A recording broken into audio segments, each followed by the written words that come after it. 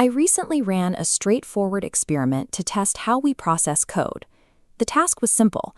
Take a 20-line Python function and generate a code review, a refactor, and a test suite. To make the comparison exact, I applied strict controls. Both approaches would complete the exact same task, using the exact same underlying large language model, and produce comparable output quality. The only variable was the architecture. In the first approach, I passed the entire task to a single monolithic prompt. In the second, I split the work across a 3-agent pipeline, a dedicated reviewer, a specialized refactorer, and a test writer, each passing their work to the next. Look at this diagram comparing the two architectures. The single call consumed 18,000 tokens. The 3-agent pipeline consumed 45,000 tokens. The multi-agent approach consumed 2.4 times more tokens and took 30% longer to complete the exact same work. The output text length was almost identical, so the central technical mystery is this.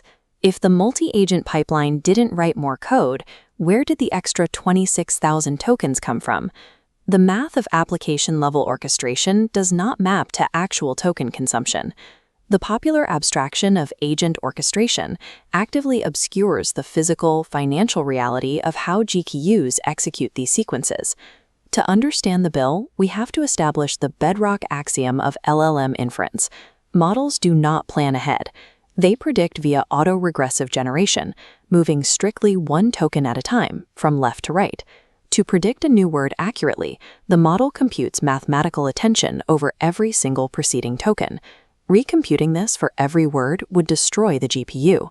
Instead, the system uses a caching solution, storing past token representations, the keys and values, in memory.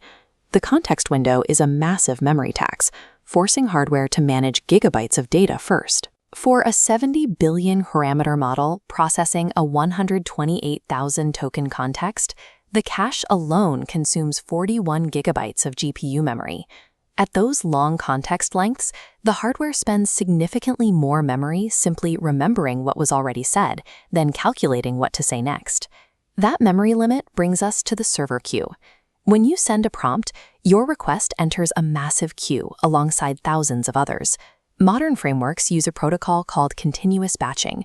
At every generation step, the system actively checks for finished requests, evicts them from memory, and inserts new ones. The goal is to prevent a single wasted GPU cycle. Apply this physical queuing reality to your multi-agent pipeline. Agent 2 cannot start processing in parallel with Agent 1. It must wait independently in the server queue until Agent 1's payload is fully generated and returned to your application. Because the inference server treats these agent hops as entirely independent API calls, there is zero shared runtime and zero shared memory between them. We can now map the physical rules of the KV cache and the batching queue directly back to the Python experiment to solve the 2.4x anomaly. Agent 1 processes the source code, builds its cache, and the server immediately discards it. Agent 2 receives a cold start, re-encoding the code plus Agent 1's review. Finally, Agent 3 cold starts, redundantly processing all data to build a massive cache, then discards it. This creates a combinatorial, rather than additive, explosion in token consumption.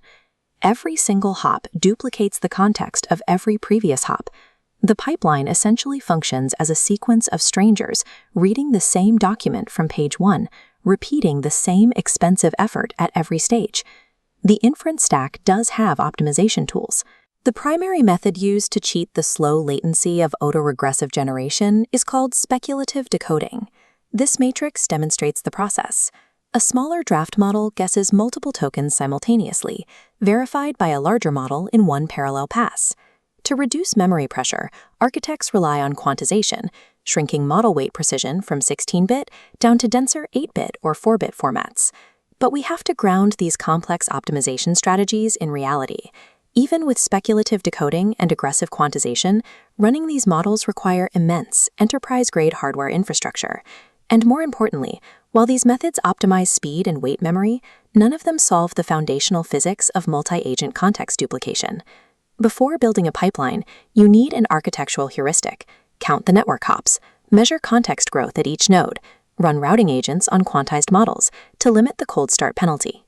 Orchestration layers provide a clean architectural interface, but they also generate the combinatorial token growth that inflates the final invoice. Architects must open their API dashboards and do the math.